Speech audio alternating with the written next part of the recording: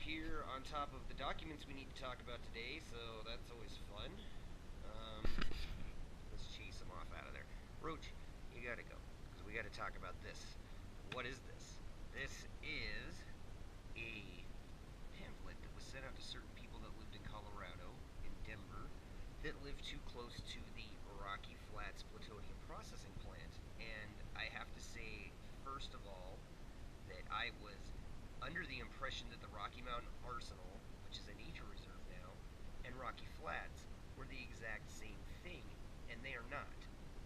Rocky Flats is completely the opposite direction of what I thought, which makes a lot more sense in terms of where the radiation spread, because it never made sense to me. The map, the areas in my head just never correlated. So over here, you have 80th Avenue, Stanley Lake, and then you have 86th. So Wadsworth's over here, if you know Denver at all. So this is just kind of to the northwest of Wadsworth. There is the Rocky Flats site. And basically what this front page says is if you own the property there, or you've inherited property there, or anything, you may be entitled to a settlement. But why are you entitled to this settlement? Well, a lot of this is pretty boring. But the people that are named in the lawsuit are Rockwell International Corporation and the Dow Chemical Corporation. And what the lawsuit alleges is that they caused the properties owned by the class representatives and other class members in the property class area, which we've already looked at that, be contaminated with plutonium, a hazardous radioactive substance, which caused their property values to be less than they otherwise would have been, and which substantially interfered with class members' use and enjoyment of their property. Defendants deny plaintiffs' claims in general and specifically deny that they caused harm to the properties owned by... Okay, so basically the companies say that they didn't cause damage, but they are paying a settlement to this. And what this entails is it says right here that you are entitled to this lawsuit if you had real estate property in the area as of June 7th, 1989, one day after a famous FBI raid of the plant site. So I think that was the raid where they found out they had 16 pounds of plutonium dust in the ventilation shafts.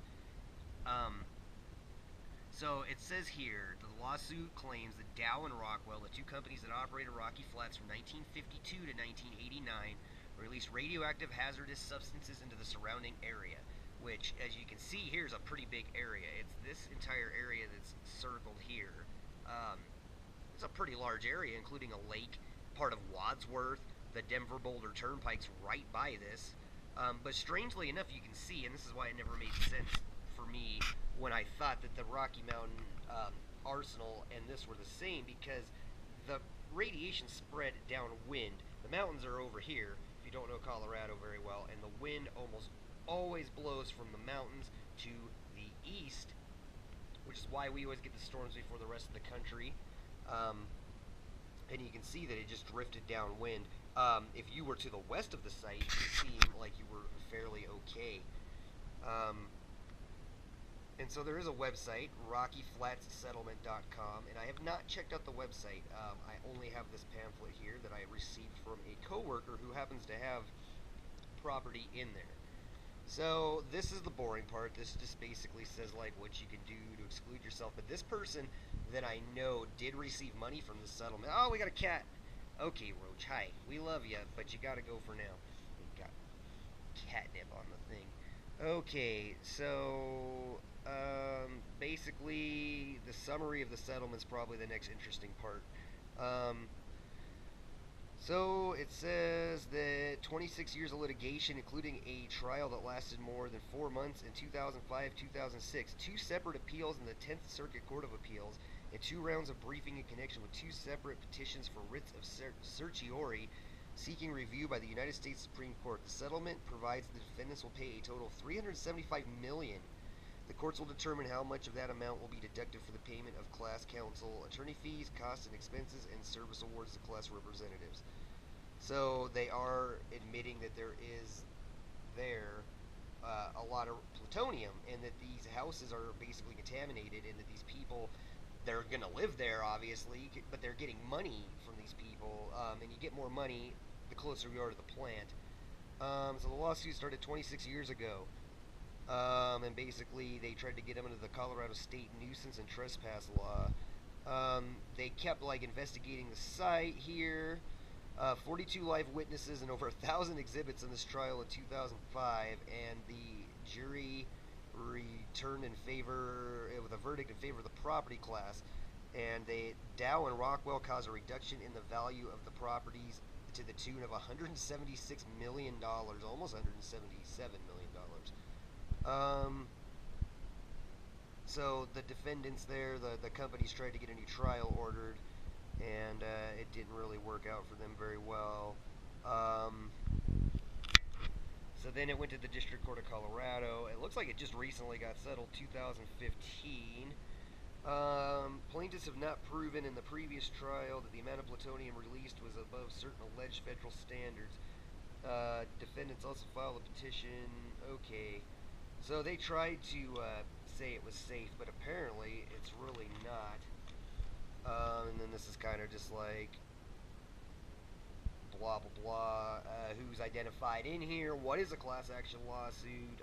I'm not going to get into that because I dropped out of law school, and I'm not getting paid enough to tutor you on the law. You can donate to any Patreon I set up if you want to hear my thoughts on legal matters and have me interpret the law the best I can for you, but we're not going to do that here. By settling, so why is there a settlement with Dow and Rockwell? So basically, they settled because they don't want to continue to have continued litigation. They believe, the companies believe that's enough money, and which is almost double what the alleged property damage is, although, you know, adjusted for inflation, that's probably about right. Basically, they didn't want it to go up to the Supreme Court, and that is why they just settled. So, in the end, you know, they couldn't convince people that the radiation there was safe, and so they just agreed to pay people, you know, almost $500 million in settlements, just to avoid having to show people what they've been exposed to. So, how's that for a cover-up? And maybe I'm misinterpreting this, but and generally, what I do know about law is when someone settles with someone, they are basically admitting that they are at fault, but they are also, you know, these people don't have to go any further. They don't have to reveal any more facts than you know, than they already have.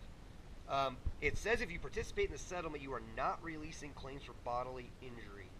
Okay, so let's go into this little blurb here. First of all, workman's comp.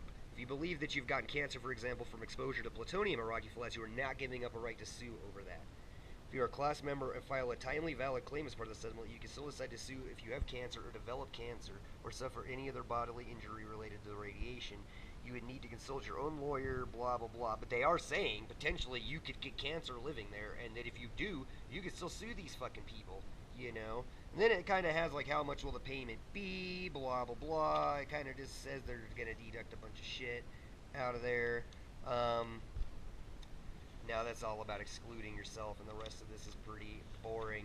But before I let you go here, let's go ahead and take one more look at this map on the front. You know, and just kind of see where it's at. And then if you think in terms of how polluted Denver is, this is just north of Globesville, which is one of the most polluted area codes that there is, or zip codes that there is in all of Denver. And then, you know, it's basically as far north, just a little bit more west of the Arsenal, which was a, like, toxic weapons compound at one point. And, you know, I have sources that said they were out there burning the mustard gas barrels, you know, to get rid of them back in the day. So, you know, Denver is definitely a polluted place, maybe a lot more than you were aware, and a lot more than just the pollution we see when we're out exploring.